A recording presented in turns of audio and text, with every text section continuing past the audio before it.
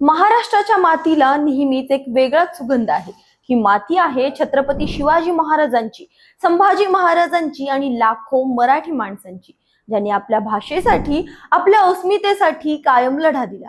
जिथे मराठी माणूस आहे तिथे बंडखोरी आहे, तिथे जिद्द आहे आणि तिथेच विजय आहे। आज आपण असाच एक विजय साजरा करणार आहोत, पण हा विजय नेमका कशाचा आहे, कोणाविरुद्ध आहे आणि का? चला जाणून घेऊया। नमस्कार, मी अंजली आपलं स्वागत करते पोलखोल मध्ये। काही दिवसांपासून महाराष्ट्रात एका मुद्द्याने सगळ्यांचं लक्ष वेधलं। काहींच्या मनात संभ्रम, काहींच्या मनात राग, तर काहींच्या मनात अभिमान। हा सगळा खेळ आहे आपल्या मराठी भाषेचा, आपल्या अस्मितेचा। काही जणांनी मराठीच्या गळ्याला हिंदी सक्तीचा फास लावण्याचा प्रयत्न केला, पण मराठी माणूस कधी गप्प बसतो का? मराठीच्या या लढ्याला एक नाव मिळालं, मराठी विजय दिवस। आणि हा विजय साजरा करण्यासाठी येत्या 5 जुलैला सगळा महाराष्ट्र एकत्र येणार आहे, एका ऐतिहासिक सोहळ्यासाठी। शिवसेना उद्धव बाळासाहेब ठाकरे पक्षाचे नेते आणि खासदार संजय राऊत यांनी नुकतीच एक मोठी घोषणा केली। 5 जुलै रोजी मराठी विजय दिवस साजरा होणार आहे आणि हा सोहळा वरळीच्या डोम सभागृहात दुपारी 12 ते 12:30 वाजता सुरू होईल। खास गोष्ट म्हणजे या व्यासपीठावर उद्धव ठाकरे आणि राज ठाकरे एकत्र दिसणार आहेत। ही केवळ राजकीय एकजूट नाही, तर मराठी माणसाच्या मनातलं एकतेचं प्रतीक आहे। संजय राऊत यांनी सांगितलं की हा सोहळा शिवाजी पार्क अर्थात शिवतीर्थावर व्हावा अशी आमची इच्छा होती, पण सरकारने परवानगी देण्याची शक्यता कमी आहे।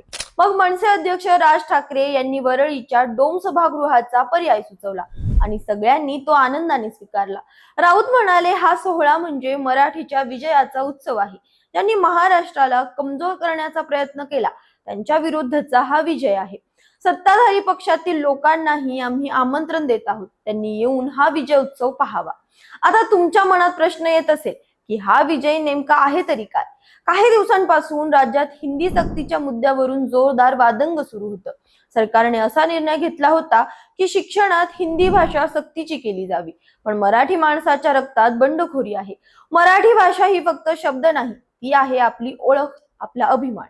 उद्धव ठाकरे यांनी या विरोधात ठाम भूमिका घेतली आणि स्पष्ट सांगितलं, महाराष्ट्रात हिंदी सक्ती होऊ देणार नाही। त्यांच्या या भूमिकेला मराठी जनतेचा प्रचंड पाठिंबा मिळाला।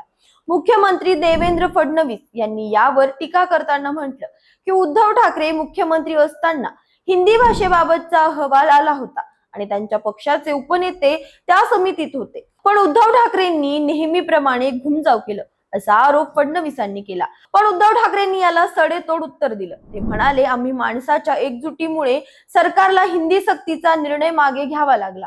ते म्हणाले, मराठी माणसाच्या एकजुटतेमुळे सरकारला हिंदी सक्तीचा निर्णय मागे घ्यावा लागला। आता कोणतीही समिती नेमली तरी आम्ही हिंदी सक्ती होऊ देणार नाही। हा लढा फक्त भाषेचा नाही, तर आपल्या अस्मितेचा आहे। मराठी भाषा ही आपल्या संस्कृतीचा आत्मा आहे। ती जपणं, तिचा अभिमान बाळगणं हे प्रत्येक मराठी माणसाचं कर्तव्य आहे। 5 जुलैला हा सोहळा म्हणजे फक्त एक कार्यक्रम नाही, तर मराठी माणसाच्या एकजुटीचं, त्याच्या जिद्दीचं प्रतीक आहे। उद्धव ठाकरे आणि राज ठाकरे यांच्यासारख्या नेत्यांनी एकत्र येऊन हा लढा पुढे नेला आणि मराठी जनतेने त्यांना साथ दिली। तुम्हाला काय वाटतं? तुमच्या प्रतिक्रिया कमेंट मध्ये नक्की सांगा। अशाच माहितीपूर्वक व्हिडिओसाठी आमच्या चॅनलला लाईक, सबस्क्राईब आणि शेअर करा।